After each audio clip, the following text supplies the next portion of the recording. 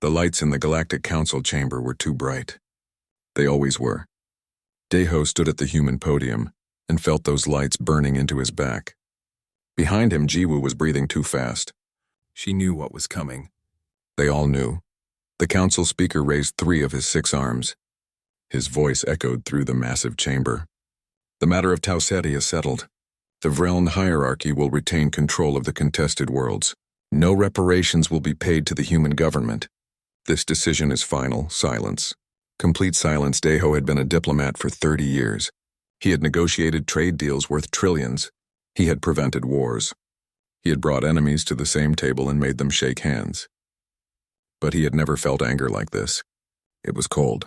It sat in his chest like a stone made of ice. 40,000 people. That was how many humans had died when the Vreln attacked Tau Ceti. Families, children, scientists, farmers.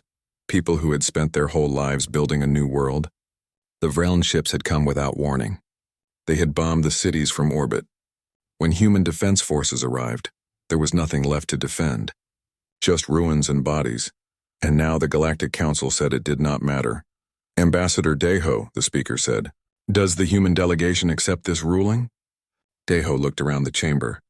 200 species. Thousands of representatives. He had worked with many of them over the years. He had thought some were friends. But when humanity needed them, when justice was clear and simple, they had voted against Earth.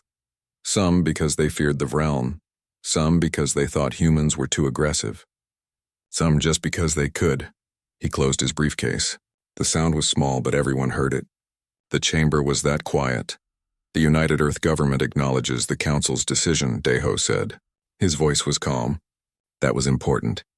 He needed to be calm. We also acknowledge something else. Humanity does not belong in this council. We thought we did. We were wrong. The speaker's head tilted. Ambassador, please clarify your statement. We are leaving, Deho said. Effective immediately, Earth withdraws from the Galactic Council. We withdraw from all treaties, all trade agreements, all defense pacts, and all cooperative programs. Every single one. Now the chamber was not quiet. Representatives stood up. Some shouted. Some made sounds humans could not make. The speaker banged his staff against the floor 3 times, trying to restore order. Jiwoo was already working. Her fingers moved across her datapad fast. The withdrawal documents had been prepared weeks ago just in case. Now she was sending them to every government in the galaxy. Official, legal, permanent. This is madness, someone shouted. Deho could not see who. Did not care, you cannot simply leave, the speaker said. His voice was harder now. There are procedures, protocols. This requires debate and a vote. We are not asking permission, Deho said. We are informing you. Humanity is done with this council. We came here hoping for justice. Instead, we learned that justice does not exist here. Only politics. Only power. So we will take our people, our ships, our technology, and our resources, and we will go home. A Kalesh representative stood up. Her scales were bright blue, which meant she was angry. The human economy depends on galactic trade. You will collapse within a year. Perhaps, Deho said. That is our problem to solve. Not yours. Not anymore. Another voice, this time from a Weth delegate. What about the defense pacts? The frontier zone depends on human ships. Then the frontier zone will need to find other ships, Deho said. We are recalling every human vessel outside our territory. Every single one. Jiwoo touched his arm. Sir, it is done. All documents are filed. All governments have been notified. The recall order is going out now. Deho nodded. He looked at the speaker one last time. You taught us something today. You taught us that this council only respects strength. You respect the Vreln because they took what they wanted, and you were too afraid to stop them. You do not respect humanity because we followed your rules. We tried to do things the right way. He picked up his briefcase. We will not make that mistake again. The walk out of the council chamber was long. Every eye in the room watched them. The human delegation was small. Just 12 people. They walked together, backs straight, faces calm. No one spoke to them. No one tried to stop them. Outside, their ship was waiting. It was a small diplomatic vessel, not much bigger than a house. But it was human. That was enough. As they left the station, Jiwoo finally spoke. Do you think they understand what they just did? Deho watched the council station grow smaller in the viewport. No, they think we are throwing a tantrum. They think we will come back begging within a few months. Will we? No, Deho said. Never. Across the galaxy, human ships began to move. Medical vessels in the outer reach received their orders and turned toward home.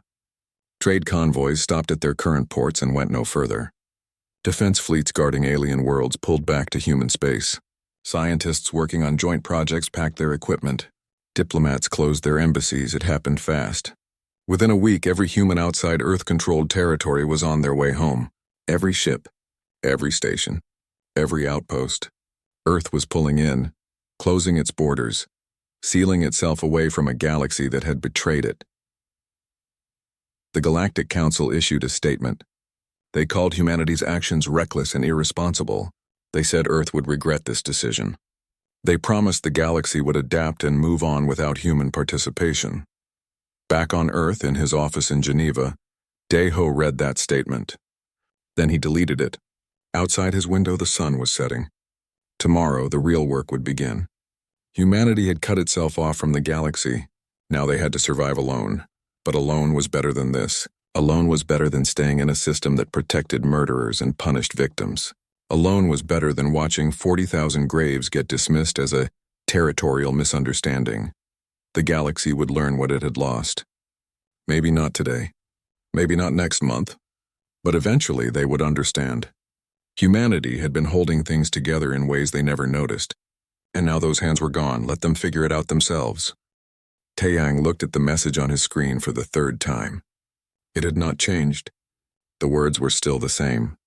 Return to human space immediately. All medical vessels recalled. No exceptions. He was standing in the medical bay of his ship, the Morning Star. Through the window, he could see Helix 4. The planet looked red from orbit, like rust. On the surface, 15,000 miners were dying from a plague that had appeared 3 weeks ago.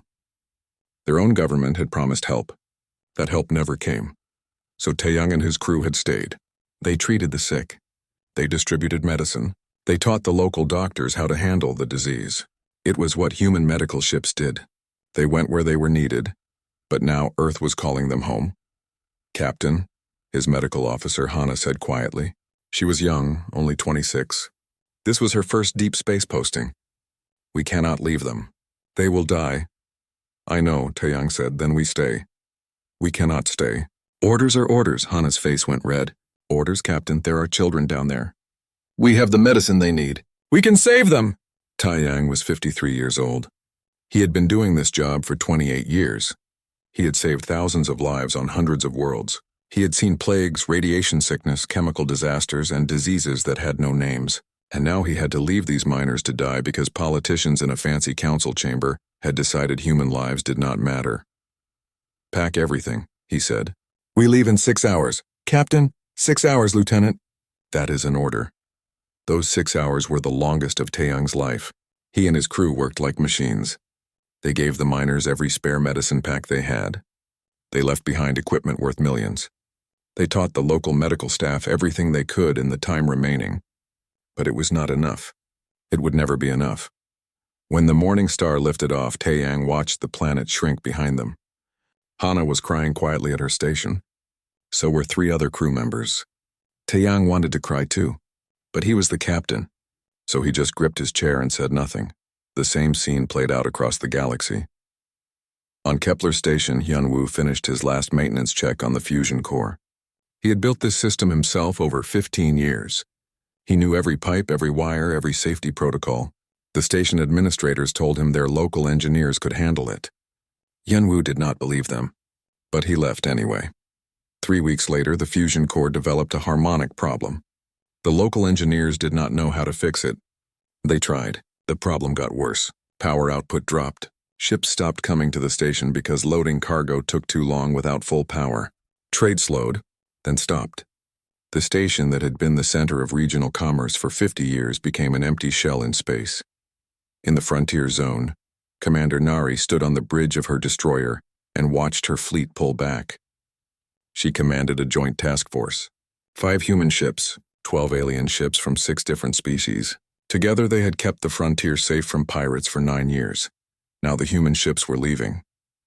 Commander, her 8th second officer said. His translator made his voice sound flat. but she could hear the emotion underneath. This is a mistake. The pirate clans are growing stronger. Without your ships, without your tactics, we cannot hold this sector. I know, Nari said. She seemed to be saying that a lot lately. I am sorry. Sorry does not protect colonies. No, Nari agreed. It does not. But I have my orders. Her second officer was quiet for a moment. Then he said something his translator did not catch. It sounded like a curse in his native language. 2 months later, the pirates raided 3 colonies in the frontier zone. They killed 800 people and kidnapped twice that many. The Joint Task Force tried to respond, but without human tactical coordination and without human electronic warfare support, they arrived too late to every fight. The pirates knew it. They got bolder.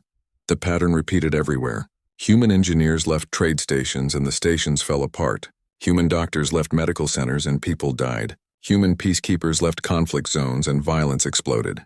Human translators left diplomatic posts and negotiations collapsed. It happened slowly at first. Then faster. The Galactic Council noticed but did not understand. They sent messages to Earth asking why humans were being dramatic. They suggested humanity was trying to pressure them into changing the Tau Ceti decision. They offered minor concessions. Better trade terms. A formal apology that admitted no guilt. Earth did not respond. Minho sat in his office in Geneva and read the latest reports. He was Earth's new Minister of Foreign Affairs. It was his job to manage humanity's relationship with the galaxy, except now there was no relationship. Just silence. His assistant Yunji knocked and entered. She looked tired. Everyone looked tired these days. The Kalesh Empire is requesting a meeting, she said. They want to discuss resuming trade. Do they acknowledge what happened at Tau Ceti? No, sir. They say trade and politics should remain separate.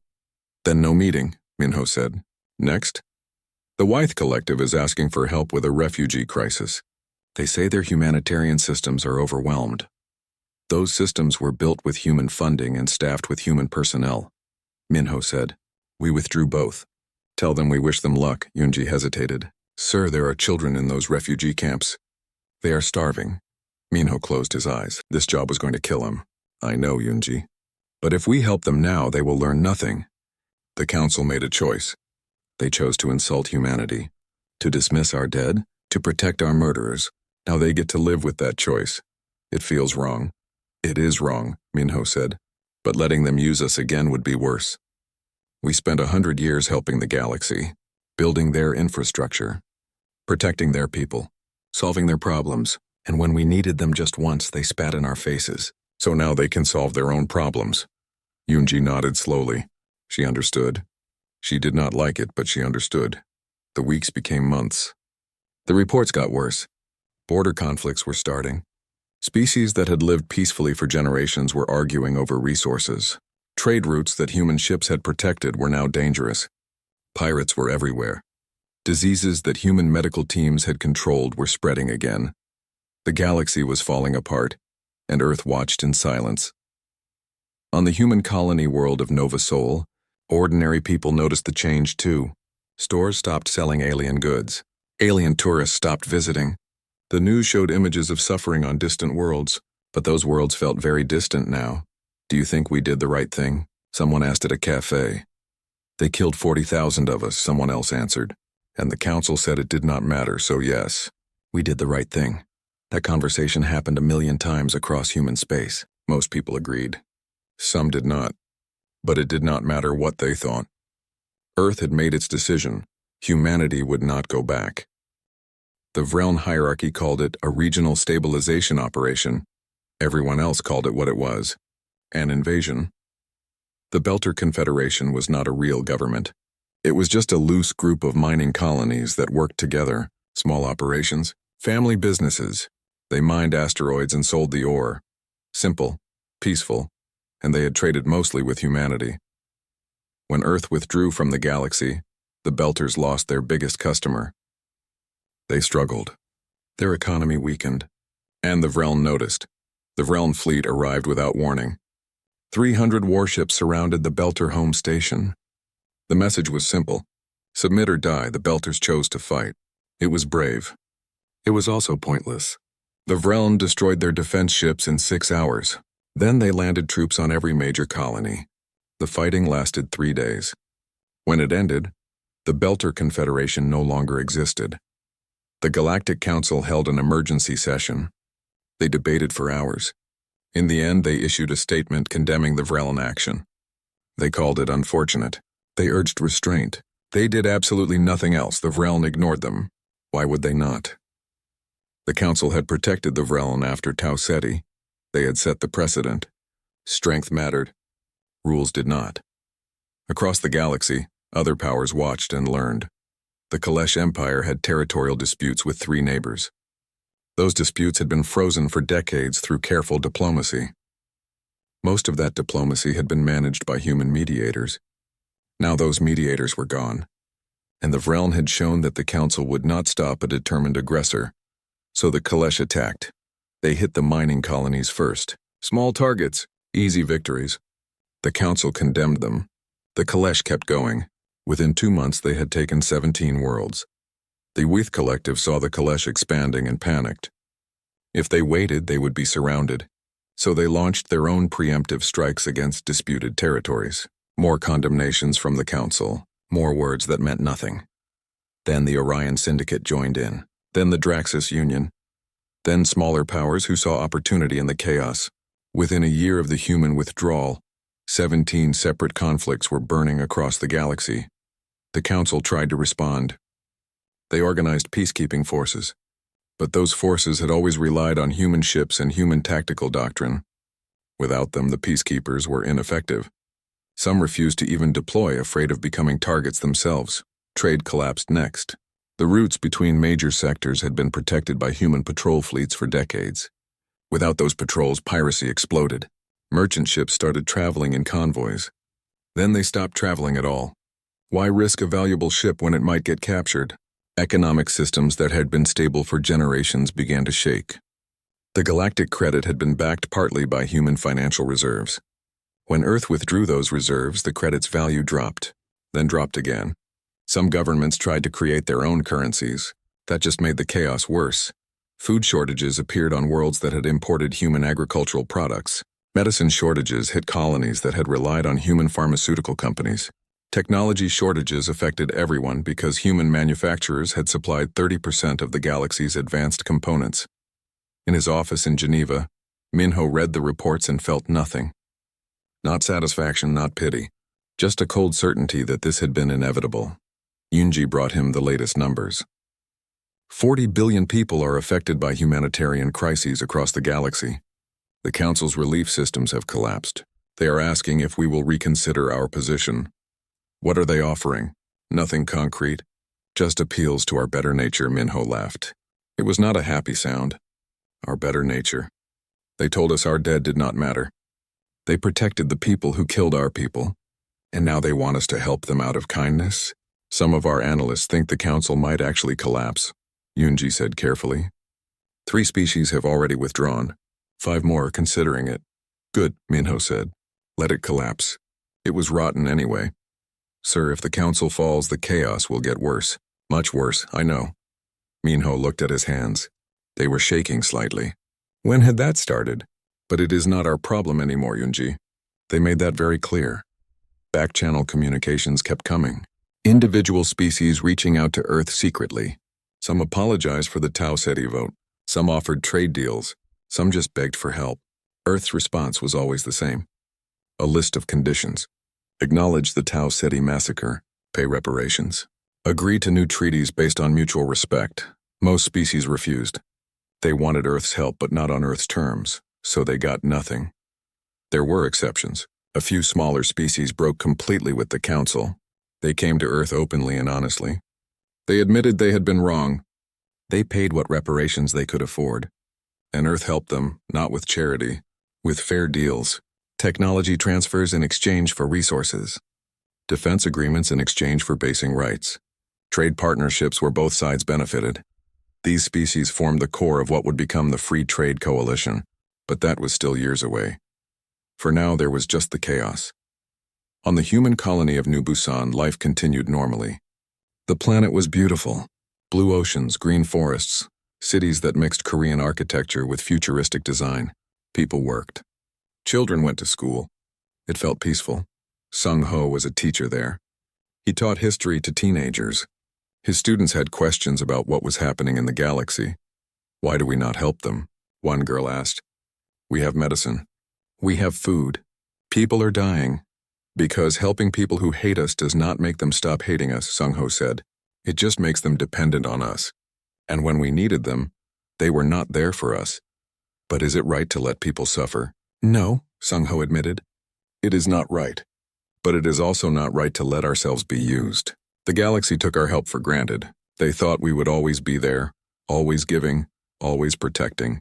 They never asked what we needed. They never cared about our dead. The girl thought about that. So we just watched them fall apart? We watched them learn, Sung Ho said. Maybe they learned that cooperation requires respect.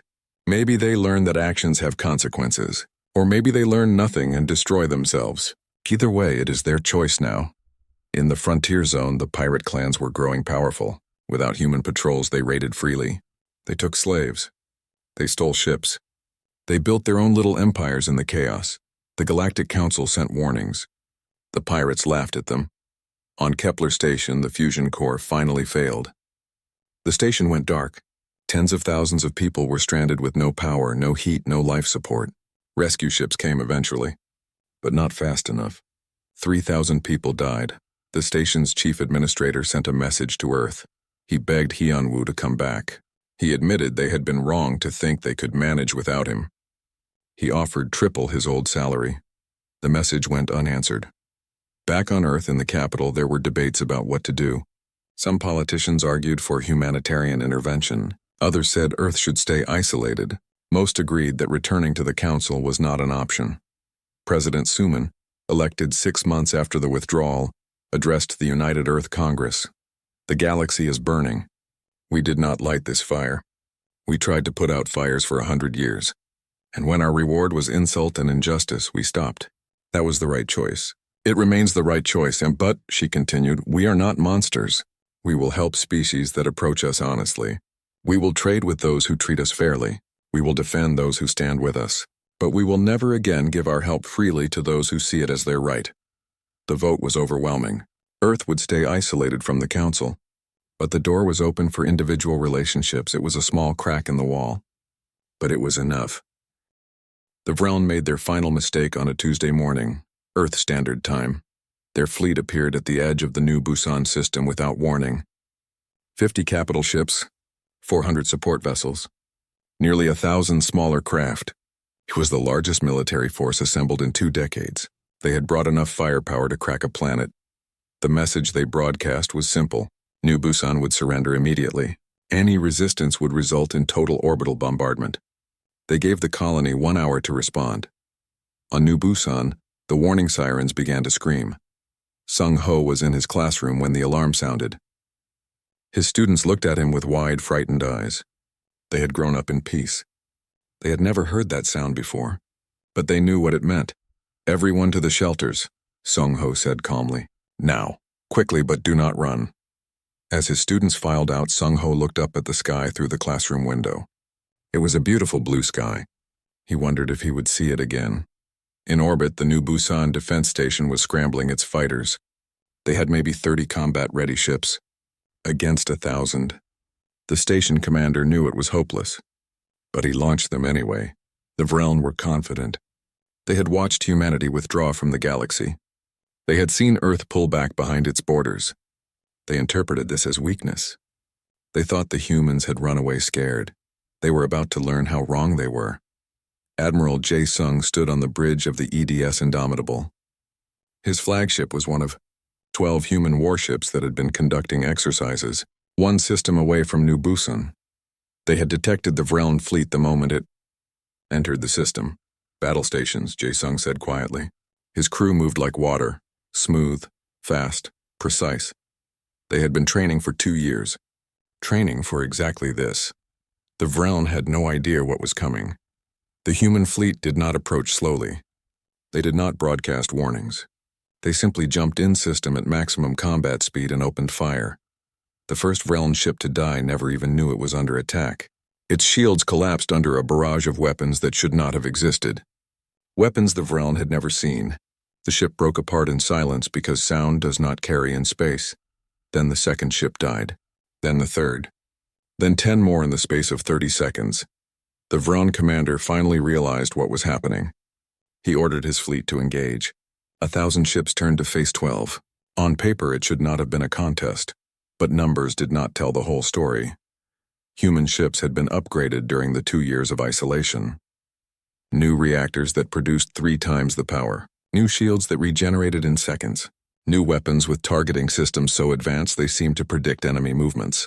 New fighters flown by pilots who had trained in simulators more realistic than reality itself. And new tactics. The Galactic Council had taught humanity that following the rules was pointless. So humanity had stopped following them. No more honor. No more fair play. Just brutal, efficient warfare designed to kill the enemy as quickly as possible. The battle became a massacre. Vreln ships fired their weapons. Human shields absorbed the impacts easily. Human ships fired back. Vreln shields collapsed. Vreln armor burned. Vreln crews died. The Vreln commander tried to organize a defensive formation. Human electronic warfare systems jammed his communications and fed false data to his sensors. His ships could not coordinate. They could not even see each other properly. Bora, the communications officer on the Indomitable, was 19 years old. This was her first real combat. She watched the tactical display and felt sick. The Vreln ships looked like fish being torn apart by sharks. It was not a battle. It was an execution. "Admiral," she said quietly, "they are trying to surrender." Jae-sung looked at the display. Half the Vreln fleet was already destroyed. The survivors were broadcasting surrender signals and powering down their weapons. "No," he said. "Sir, they came here to bombard a planet. They came here to kill civilians. They do not get to surrender now that they are losing." Bora opened her mouth to argue. Then she remembered Tau Ceti. 40,000 dead. The Council had done nothing. The Vreln had learned that attacking humans had no consequences. "Yes, sir," she said. The battle lasted 6 hours total. When it ended, the Vreln hierarchy had lost its entire expeditionary fleet. Not a single ship escaped. The human fleet had suffered 0 casualties. A few ships had minor damage, nothing that could not be repaired within days. Jae-sung recorded a message for the galaxy. He kept it short. "This is Admiral Jae-sung of the Earth Defense Fleet. The Vreln hierarchy attempted to attack New Busan. They have been eliminated. Humanity has no interest in galactic affairs. We will defend our territory with total force. Do not test us again." He attached full combat footage to the message. Every second of the battle. Every Vreln ship dying. Everything. Then he broadcast it to the entire galaxy. The footage spread like fire. Within hours, every government had seen it. Within days, every citizen of every species had watched it. The images were impossible to believe. 12 ships destroying 1,000. Weapons that moved too fast to track. Shields that never failed. Fighters that seemed to dance through enemy formations without taking a single hit. How had humanity advanced so far so quickly? The answer was simple. While the galaxy fell apart, Earth had been building. All those resources that used to go toward helping other species now went toward helping humanity. All those engineers who used to maintain alien stations now worked on human technology. All that money that used to fund galactic programs now funded human research. 2 years of total focus. 2 years of every human scientist, every human engineer, every human genius working toward a single goal. Make sure no one could ever hurt humanity again. The results spoke for themselves. The Galactic Council emergency session was chaos. Representatives shouted at each other. Some blamed humanity for the violence. Others blamed the Vreln for provoking it. Everyone was afraid. Because if humanity could destroy 1,000 ships with 12, what could they do with their full fleet? Estimates varied, but intelligence suggested Earth now had at least 300 warships of the new design. Maybe more, hidden in their space, behind their borders, waiting. Some council members suggested a preemptive strike, a united galactic fleet to destroy Earth before it could threaten everyone. Others pointed out that the Vreln had just tried exactly that, and failed completely. How would a larger fleet fare any better when humans could jam communications and see through every defense? The debate went nowhere. The council could not agree on anything. They never could. That was their problem. 3 days after the Battle of New Busan, a single human freighter arrived at the council station. The captain was a woman named Young Mi, She was not a diplomat, not an official representative, just a civilian who had volunteered to deliver a message. She walked into the council chamber like she owned it. Thousands of representatives watched her cross the floor. She stopped at the center and looked around.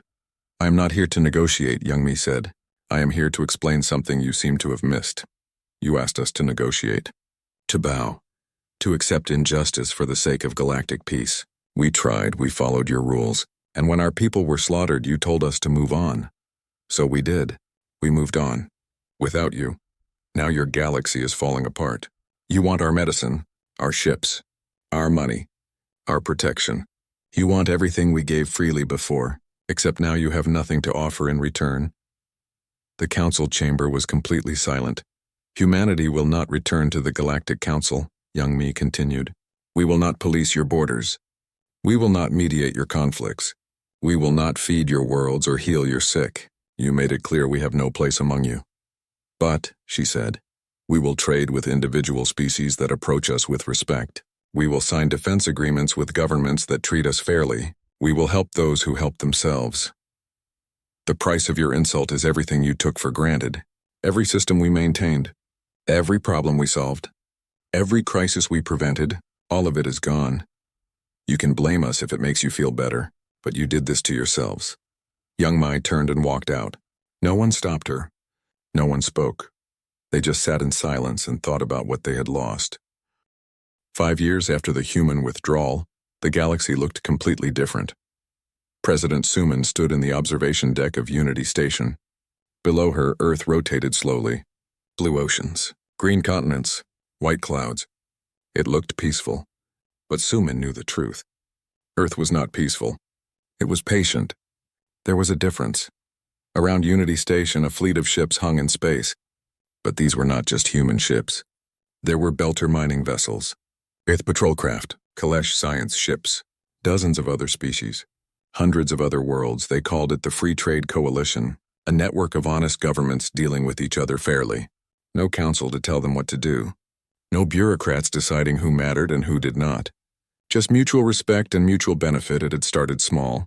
After the Battle of New Busan, a few minor species had approached Earth quietly.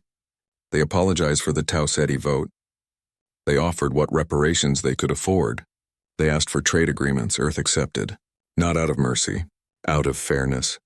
These species admitted their mistake and tried to make it right. That deserved recognition. More species followed. The Belter Confederation was reformed under human protection. The Outer Reach colonies, abandoned by the Council, requested human aid in exchange for resource rights. Even some former Council supporters quietly broke away to join the coalition. The Galactic Council still existed. But it was a shadow. 3 species had withdrawn completely. 5 more maintained only token representation.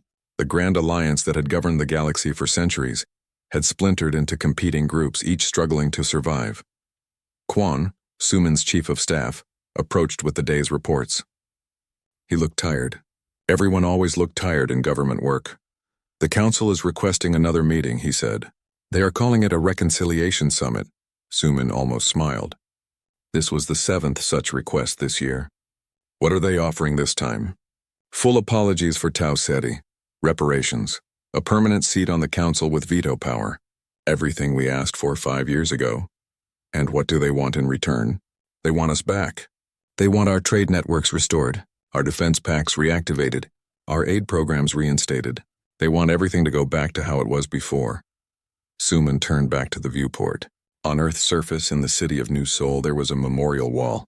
40,000 names carved in black stone. The colonists of Tau Ceti. Every single one.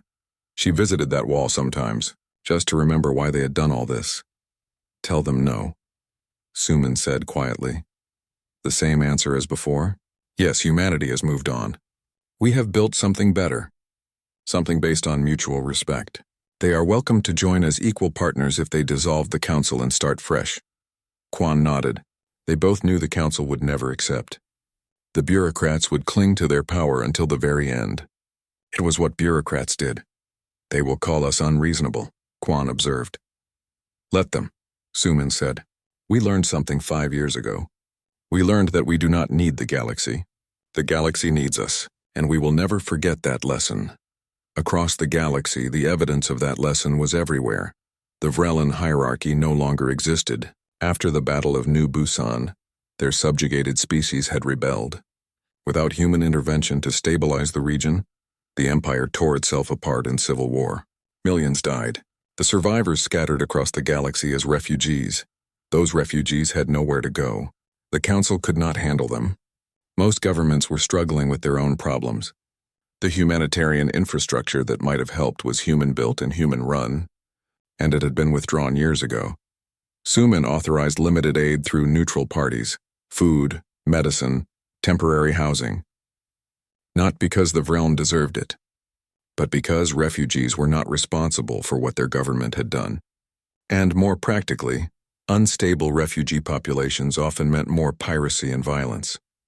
It was not enough to solve the crisis, but it was more than the Council provided. On Kepler Station, the fusion core had been replaced. Not by Council engineers, by a private human company hired by the station administrators. The new core worked perfectly. It was also designed to require regular maintenance that only human technicians could provide. The station administrators paid for that maintenance without complaint. They had learned their lesson the hard way. Similar patterns repeated across the coalition. Human technology came with human support. Human trade came with human protection. It was not charity. It was business. But it was fair business. Both sides benefited. Both sides respected each other. In the frontier zone, Commander Nari had returned, not as part of a Council peacekeeping force, as the commander of a coalition defense fleet. Her ships included human destroyers and vessels from 6 other species. They worked together smoothly because they all chose to be there. No one was forced. No one was used. The pirate clans that had grown powerful during the chaos learned quickly that the coalition fleet was nothing like the old Council peacekeepers. Nari did not hesitate. She did not negotiate. She hunted pirates like a predator hunts prey. Within 6 months, piracy in the coalition zones dropped by 90%. The pirates fled to Council territory, where enforcement was weak. The Council complained that the coalition was pushing criminals toward them. The coalition pointed out that was not their problem. Trade recovered in coalition space. Ships moved safely. Economies stabilized. It was not as large as the old galactic economy, but it was healthier. More sustainable. Taeyang returned to medical work too. His ship, the Morning Star, now served coalition worlds. He still treated the sick. He still distributed medicine. But now the worlds he helped paid fair prices for his services, and they respected him. He never went back to Helixthar. The miners there had suffered terribly during the plague. Nearly half the population died before the disease burned itself out. Their government never did send the aid they promised. Some of those miners eventually joined the coalition. They paid reparations to humanity for their government's role in the Tau Ceti vote. It was a small gesture, a few million credits, but it was honest. So Taeyang accepted it. On New Busan, Sung-ho was still teaching. His students still asked questions about the galaxy. Do you think the Council will ever apologize properly? One boy asked. I do not know, Sung-ho said. Maybe, maybe not. But it does not matter anymore. Why not? Because we do not need their apology. We needed justice 5 years ago. We needed the galaxy to stand with us. They refused. So we built our own path forward. And now they want to come back? Some do. Some are too proud. But the ones who come honestly, who admit they were wrong, who treat us with respect, we welcome them. That is the difference between us and the Council. We judge species by their current actions, not their past membership. The girl who had asked about helping people years ago spoke up. So we are helping people again? We never stopped helping people, Sung-ho said. We just stopped helping people who did not respect us. There is a difference. In Geneva, Minho was retiring. He had served as Minister of Foreign Affairs for 5 years. It had been the hardest 5 years of his life, watching the galaxy burn, saying no to desperate pleas for help, maintaining the blockade even when it hurt to do so. But it had worked. Earth was stronger now, more independent, more respected. The galaxy had learned that humanity could not be taken for granted. His replacement was Yunji. She was young, but she understood what was at stake. The job is going to be easier for you, Minho told her on his last day. The hard choices have been made. Now you just maintain the course. Do you have any regrets? Yunji asked. Minho thought about that. Every day, I regret every person who died because we withdrew, every child who starved, every refugee who had nowhere to go. But I do not regret the withdrawal itself. We had to do it. The galaxy needed to learn. Some lessons only come through pain. Do you think they learned? Some did. Some never will. That is the nature of power. Some people only understand strength. The Council understood only weakness and compromise, so we stopped being weak. We stopped compromising. And now we are stronger for it. Yunji nodded. She would carry that lesson forward. Back on Unity Station, Suman finished reviewing the reports. The coalition was growing, 30 species now, maybe 40 by next year. Not all of them were small or weak. Some were major powers who had left the Council because they saw the future more clearly. The future was not a single galactic government. It was a network of independent governments working together by choice, respecting each other, trading fairly, defending each other when necessary. It was not perfect. There were still conflicts, still problems, still suffering. But it was better, more honest, more sustainable, and most importantly, humanity was never again at the mercy of those who did not value human lives. Suman looked out at the ships floating near Unity Station. Each one represented a world that had chosen to stand with humanity. Not because they had to, because they wanted to. That was worth more than any council seat. The galaxy had learned its lesson the hard way. Justice mattered. Respect mattered. And when you killed 40,000 humans and called it a misunderstanding, there would be a price to pay. Humanity had collected that price, not through revenge, through absence. By simply walking away and letting the galaxy discover what it had lost. It turned out they had lost everything that mattered,